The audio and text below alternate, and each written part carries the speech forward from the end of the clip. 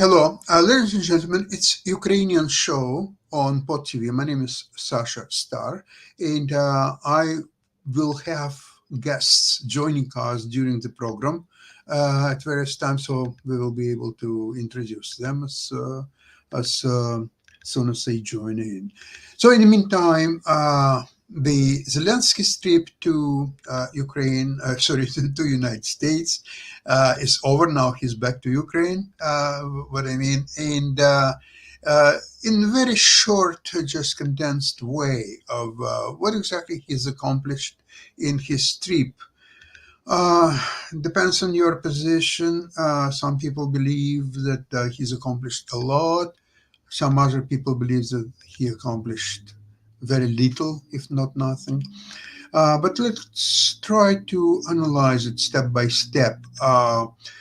Let's see. Okay, he had a speech in the United Nations. He met Biden, Kamala Harris, Trump with his victory plan, and he visited the one of the complexes of General Dynamics, which are building in Pennsylvania, Scranton. There is a plant that builds a lot of ammunition for Ukraine.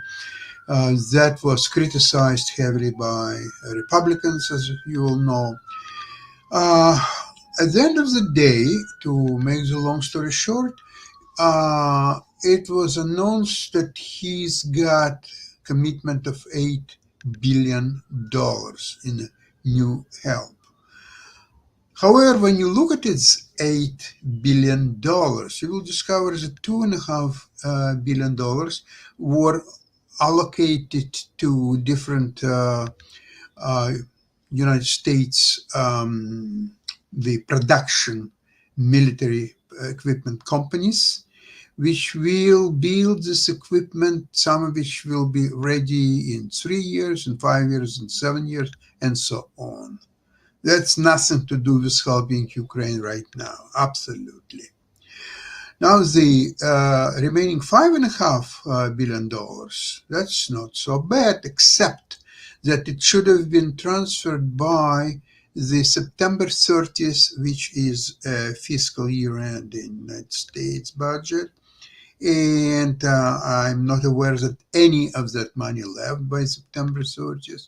So now it would have to go back to the Senate, the House for approval, so on. So this money either will not be delivered at all or will be delivered at a much later stage. So in this scenario, I really don't know what to tell you about how much and what was exactly accomplished. Now, the one very important issue, in my opinion, is the use of American and English and French supplied medium range missiles to hit the Russian based targets on actually Russian territory. That permission was not provided so far. There will be a new Ramstein meeting on 11th of October, which is a week from now, where that question will be again discussed. There will be Joe Biden, at least at this time. That's what's been announced. Now, there is one issue I really don't understand. If Ukrainians are acquiring these weapons and therefore it now assumes ownership of these missiles, so how comes that based on its ownership, it cannot fire a missile wherever it finds it necessary? Why some special permissions are needed? I would like to ask if Israel, which is using a lot of American made weapons, if Israel is asking always U.S. permission. Hello, Jonathan. Hello. I'm discussing an issue which you probably know much more than I do, because my issue is that if Ukrainians have ownership of this not even long-range missiles, but say medium-range missiles. And with the funds acquired by Ukraine, it purchased these missiles. So with ownership, it does not come the permission to hit the long-range targets. Then maybe maybe Ukraine has to ask for the money back. I don't know how it works because I'm not Israel sure. is using all kind of American-made weapons, and I never heard that Israel would ask permission to use these missiles. So why it works so differently from Israel to Ukraine? I could not tell you that. That is absolutely mystifying because in both cases, both Israel and Ukraine face essentially existential threats to their existence. Absolutely. And for the current administration to put such strings on the use, to provide the aid, and yet at the same time uh, put strings on how extensively to use those weapons, is to me self-contradictory. And it's just one of those things which, of course, other parties are pointing out this inconsistency in the current administration's uh, lending of giving weapons to both Ukraine and Israel. It's just incomprehensible, and it's very damaging to the current administration's credibility. Absolutely. In fact, there is very little credibility left because what happened is that when the question was formulated by Iranians directly to US about getting permission for using these missiles for hitting Russian targets, I'm not going into why such a permission would be needed. But okay, if both Ukraine and United States believe that without such a permission, Ukraine cannot use these missiles, okay, maybe that's the case. And I don't want to pretend that I know all the answers. But what's happened is at that time, Burns, uh, the head of intelligence from the United States, he's always in contact with Narishkin, which is equivalent of Russian services. And what's happened is that they are discussing whole different issue, of course, including this permission, so-called permission for long-range, medium-range missiles. And obviously, the next what you saw, the Russians started to move back their the air defense systems, the Mm-hmm. planes, and everything else. So then Biden asked Zelensky, "What's the use of this medium-range missiles when Russia recently, from what I understand, removed a lot of this stuff from the range of this missile? So there's no use to hit these targets because there is nothing there. Everything was already moved." So that was why it's Biden's business what Russia moved or didn't move when it's Ukrainian intelligence business to find out what's happened with these targets. Jonathan, am I missing something? Uh, you're not missing anything necessarily, but someone else is obviously missing something.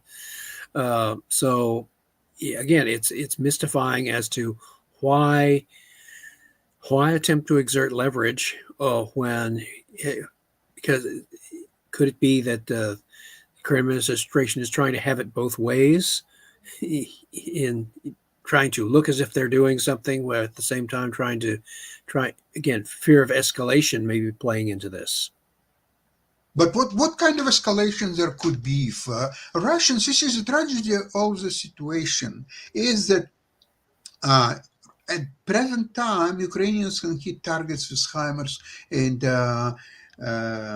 other means. Say realistically 100 kilometers. That's a basic range for ATACMS, even headed by HIMARS. And Russians are hitting Ukrainians' target from the distance of, say, 2,000 kilometers. So when you compare 2,000 and 100, it's 20 times. So how you can conduct the war when your opponent hits its targets from distance of 2,000 kilometers and you're hitting Russian targets 100 kilometers? What kind of a war exists like this? How even you can imagine such a war and how Ukrainian can win, never mind even to forget about winning the war, even to survive for next couple of months, is such a horrible situation. And what they're asking, the missiles that they already have, to have a permission. The other hand is, on the other hand, I don't understand why they need to ask for permission, because with upcoming the election, it's very unclear at this moment who is going to win. And let's imagine that Trump would win this election, and Ukrainians are using long-range missiles. So Trump will what is he going to be very upset that the previous administration did or did not provide this permission? Would he care, Jonathan? Now that is another thing, because again, I pointed out in a previous program, do not assume that President Trump, if he is reelected, is going to behave in precisely the same manner as his predecessor. As a matter of fact, he might well take great pains to distinguish himself from his predecessor by lifting those restraints. And so, because if he wants to make a deal, if he wants, as he says, to in effect settle the war, then he has to give Russia an incentive to settle the war. And using this same line of reasoning, in order to force Russia to settle the war, he can make it more painful for them to continue, thereby lifting the restraints on Ukraine. To strike deep might be could well be one of those ways to force Russia to settle the war, and he could provide Ukraine with certain other weapons, as you and I have discussed, such as 20 millimeter Vulcan weapons, and supply them to Ukraine and let them use them in ground attack mode. So rather than strictly air defense mode, which would greatly increase Russian casualties even beyond the level that they exist now. So again, it does not follow that Mr. Trump, should he win re-election, is going to behave in precisely. He has great incentives to behave in starkly different ways. And given the fact that the Russians did not invade Ukraine during Mr. Trump's previous term, stands to reason that they might well be fearful of President Trump in a second term acting in ways which are even more destructive to Russia's aims. So again, that is one of the things, and there is also there is still the opportunity, albeit a decreasing opportunity, for Ukraine to launch a second counterstrike. For example, at Crimea, in order to seal off the Crimea, destroy the Kerch Bridge. They could well do that, and in any number of ways which are still available to Ukraine to inflict a decisive reversal on the Russians and change the political situation thereby as well. Yeah, it would be very interesting if Ukraine will have an opportunity or permission to use this medium-range missiles, and if they will have enough of these missiles. So not just 5 or 10 pieces, but let's see, 1,500 of those. And let's see, Russia has to demonstrate to the world what excellent capabilities they have to intercept the missiles. And Ukraine has to provide. Suspect that Russia does not have that excellent a capability. They haven't demonstrated a very high capability of intercept thus far. And if anything, the Ukraine's interception capability is demonstrably greater than that of Russia. Oh, that's for sure. Now, it would be interesting to see the parallel between what's happened between Ukraine and Russia and what's happened in Israel and Iran and others, proxies, Iran's proxies, and so on. And I've just a couple of days ago listened to very interesting analysis that Iran never really was ready for any wars, never mind with Israel, because they believed they did not need these capabilities because they have Hezbollah and they have Hamas and they have Houthis, and therefore Iran even doesn't have to fight anybody because they have these proxies who are going to do the fighting, and their proximity to Israel, so they can fire rockets like from Iran. It takes 12 minutes for ballistic missiles to reach Israel, and it's not so precise after all, and so on. But we don't need this because we have great Hezbollah. They can shoot missiles right 3 minutes, and it's already bombing center of Israel, or so on.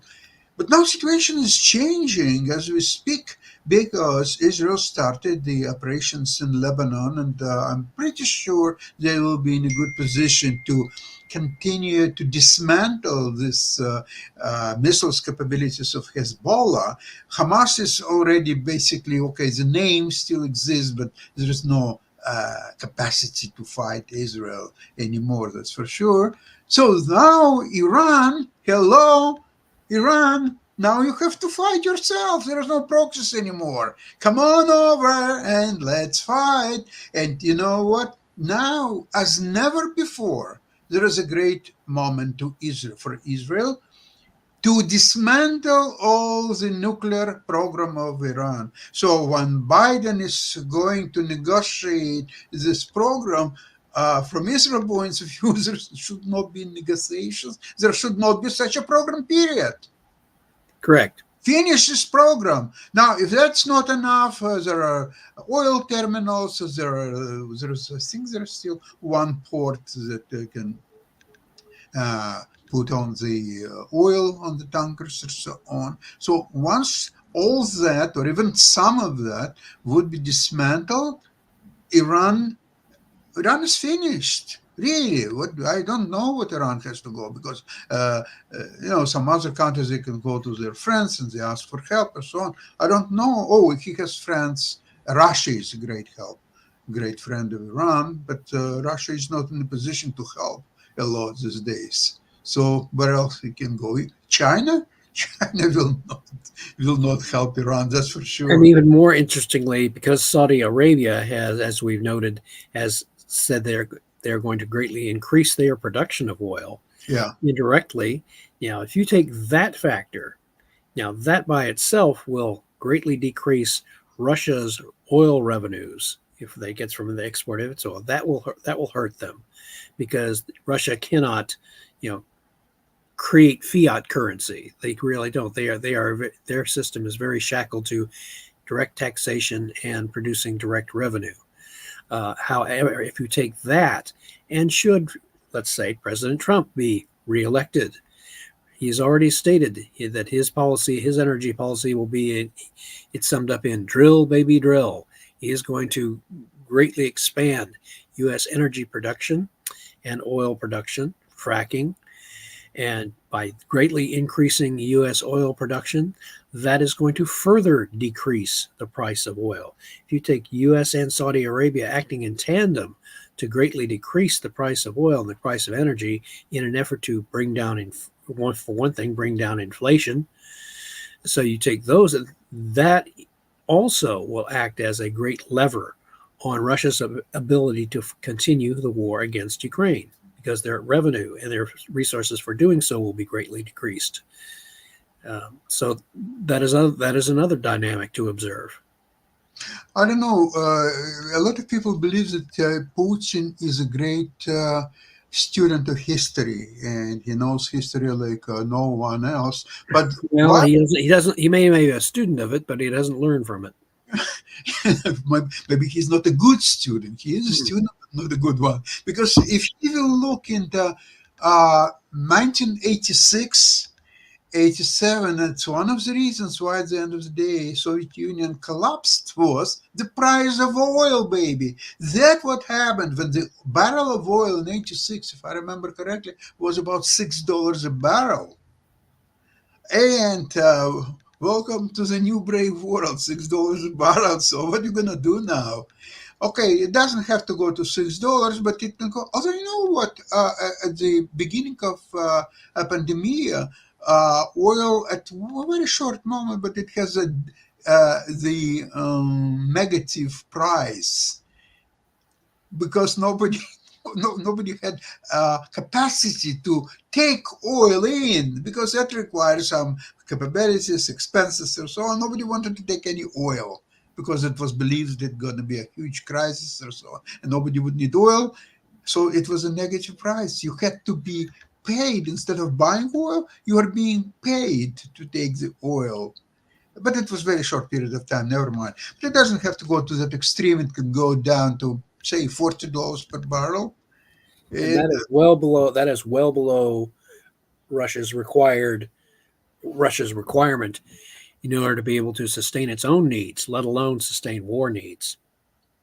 yeah, yeah. With this, so the Ukraine is now. I yesterday I heard that's for sure several Western European concerns, including and so a few Americans, by the way, they signed different deals of co-producing the weapons on Ukrainian territory. There are now a lot of factories, not more than one, I don't remember how many, in Czech Republic that are jointly producing weapons for Ukraine. So while it's all talking about the long range or medium range missiles, there's a lot of things are going underground that will make Ukraine, in a very short period of time, one of the biggest producers of all kind of weapons, believe it or not. Which tells you their implicit calculation is that Russia in the long term, in the long run, is going to fail. That they are going to do things that will help ensure that Russia fails. And when you couple that with the Ukrainian history of tenacity, again pointing back to the fact when Soviet so-called Soviet forces occupied Ukraine during World War II, that Ukrainian resistance, particularly General Vlasov's Army of the Damned, continued resistance against occupying Russian forces again until 1954. It wasn't fully suppressed until then. A full 9 years following the end of World War II. And it was during Stalin's time, believe it or Correct. And Stalin was absolutely no pushover. not. No. So if they are willing to resist even under those circumstances for that long, right now the current pessimism expressed by some Western analysts that Ukraine will eventually have to acquiesce is a fundamental miscalculation of the Ukrainian character and past Ukrainian behavior. Behavior and which shows no signs of changing fundamentally, because the Ukrainians fully recognize that Russia is not interested in compromise in the American sense, where both sides gain something. Russia is only interested in the complete submission of Ukraine. John, And I think yes, you're right there about the Ukrainian character, and maybe that's what Trump has to learn a little bit about Ukrainian character before he will start negotiations. he may well be. Let's again assuming that he wins in the November election. Absolutely. In the period between that and his actually, because he will be given access in the transition period to classified briefings and other types of things, which may alter his perception and his calculations, because he will be making his own calculations as to what it will take to cause the Russians to accept, excuse me, accept his deal. That he has to learn what his opponent's calculus is, and the factors that affect it. So in so doing, he may conclude that he has to up the price that Russia has to pay in order to be willing to accept any kind of, at the very minimum, accept a ceasefire, which It would be really interesting to, it would be interesting to ask Trump for a hypothetical situation where people moved to Mar-a-Lago, his residence in Florida, Palm Beach, and took few rooms, not all Mar-a-Lago, but just few rooms, and would say, okay, listen, we are going to stay here, but all the rest is yours. So you can still use facilities, everything else, but this is now our territory. Would Trump be very happy about it? Oh no. Probably not. But that's the same what Russians did, Ukraine. Okay, we are taking these 4 territories, all the rest is yours. So it's pretty good result for you. You still keep a lot of land. We're taking just very little. Yeah, that is a calculation. Any, I would assert that, given historical precedents, any result that rewards Russia in any way for its aggression, its unprovoked aggression against Ukraine, is not that it would not be a treaty of peace or even an armistice. It would essentially be a treaty of appeasement, bribing Russia somehow to get it to stop, which, as Churchill would have pointed out, is absolutely no guarantee of a permanent peace. Because, as Churchill rightly pointed out, there's nothing that the Russians respect more than strength, and nothing they have more contempt for than weakness, particularly military weakness. Now, Ukraine is in possession of enough military strength to certainly have earned Russia's respect, but Russia is counting upon the collapse of political support for Ukraine to give it the ultimate victory. They're still counting on that, and there needs to be demonstrable evidence in near-term political events that they cannot gain politically what they cannot gain on the battlefield. Jonathan, I'm just thinking about that the war is well over 2.5 years old. So by February, it's going to be 3 years. Now, what's happened in German-Russian war is in 41, we're looking into 44, when the war was getting to its close, thanks for Western help and the second front, which was opened in France. So, is this getting to a scenario that this war will be longer than Second World War? It is theoretically possible.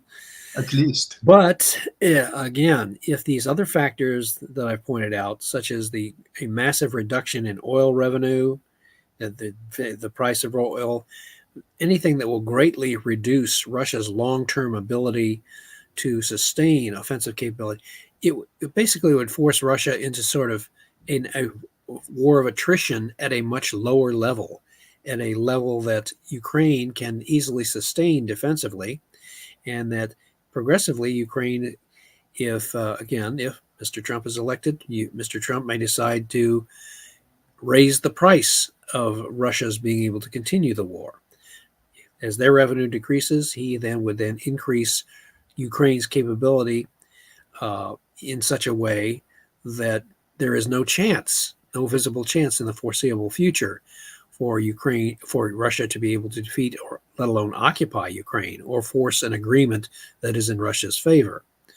So it is a very interesting set of circumstances. They are moving in Ukraine's favor, in my opinion, and Ukraine does have that opportunity to pull yet another operational surprise, which will be to its political benefit. Yeah. Well, I think that I would like to finish on the note that I believe a lot of Western analytics they underestimate the Ukrainians' possibilities. It's really clear to me because I've heard lately so much noise about that Russian has a great advantage and they are taking now some cities like Vuhledar. Vuhledar is not a city; it's rather a village with 14,000 inhabitants. And by the time that Russia moved in, there was zero left. So they are taken empty, and nothing in the buildings. Most of them are already were hit. So there is very little left of this building. So what It becomes very much like the situation in Bakhmut. very similar. So what's You're taking a patch of ground essentially, but you're not really occupying anything. It would not. Now, for example, if that city were, say, have comparable value, let's use a historical analogy, to the town of Bastogne during the Battle of the Bulge. If you looked at a map, Bastogne looked like a spider web. There's a spider web network of roads that all radiating out from Bastogne, which, in order for the Germans to be able to sustain their offensive against the United U.S. in that battle, they would have to take the town of Bastogne. Otherwise, it becomes a great impediment to German logistics efforts and reinforcement efforts. But because the U.S. was able to hang on to that network and prevent its use by the Germans, ultimately the Germans were defeated and driven back because they held. But here in this battle, there is no such Bastogne equivalent no. on the Ukrainian front whose seizure would provide a decisive advantage to Russian forces. Yeah. So all this great successes of Russia, where they're taking in a year just as much territory as Ukrainians took in the Kursk region, just in a matter of a few weeks. And as I understand it, Ukraine is continuing to expand its advantages. Yeah. Its share of territory occupied in the Kursk region, and the Russians are being notably unsuccessful in their counteroffensive efforts to retake or even retake or reduce that salient. Yeah. Also, I've noted that Russians are learning from Ukrainians to attack in smaller units, and it's quite visible, but they still don't know properly how to do it. So they're still losing a lot of men, well over 1,200 a day. And it's another question for how long Russians can sustain losing 1,200 and more. Well, because they don't have higher quality troops. It's not like we're holding back our best people for last. No, it doesn't work that way. The best people are in another. Best people are underground. They're underground, yeah, and this new and not so well trained, they will go underground pretty much sooner as well. So it's not great prospects for Russia. So I'm not sharing. I'm listening to some analysts who are saying what a great advantage Russia has, and it will expand. It can throw so many missiles at Ukrainian cities, and they will eventually. Well, if they can do it, why haven't they done it so far? Those analysts, if you had placed them in the historical situation in World War II, in the Battle of Britain, Nazi Germany's air offensive against Britain, all of those analysts, assuming they were operating from basic, they would have concluded that Nazi Germany's victory in the Battle of Britain was inevitable because you have so much superiority. They did not look at the will to resist. They were not looking. They were, again, they are looking strictly at the numbers, and they are not counting the intangibles.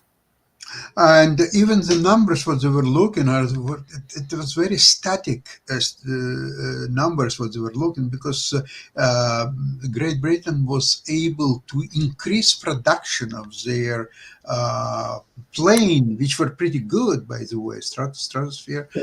Their Spitfires and their Lightnings.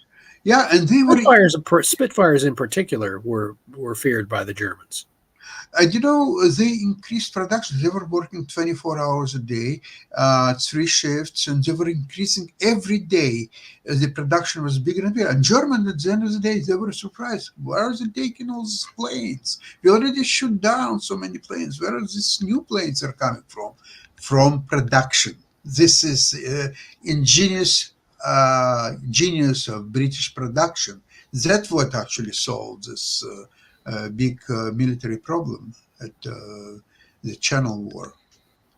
So I think that what's happened now, what we discussed in Ukraine, this new joint production, and Ukraine will increase its capabilities. And after the war, Ukraine will be probably one of the great exporters of the arms. which will go a long way towards giving it the resources it needs to rebuild and restore its capabilities, and actually probably conceivably partner with the United States. Absolutely, because the United States will be able to outsource a lot of more or less simple productions like shells, for example, or so on. The Ukrainians, they can build shells. They've done it 50 years ago, and they can do it now. I don't see any reason why not. Well, especially if they get the significant indigenous production of their own 20 millimeter shells, Right. for the 20 millimeter weapons that they already have, which again, if produced in sufficient numbers and sufficient supplies, and then applied in ground attack mode, as I've suggested, could well Yes, be done. absolutely. That would turn that meat grinder into a Cuisinart. So, Exactly. Jonathan, thank you so much for today's program. I think we are going to have more good news on Tuesday, same place, same time, and have a great weekend. And to you all do the our same. listeners, thank you. Bye bye, everybody.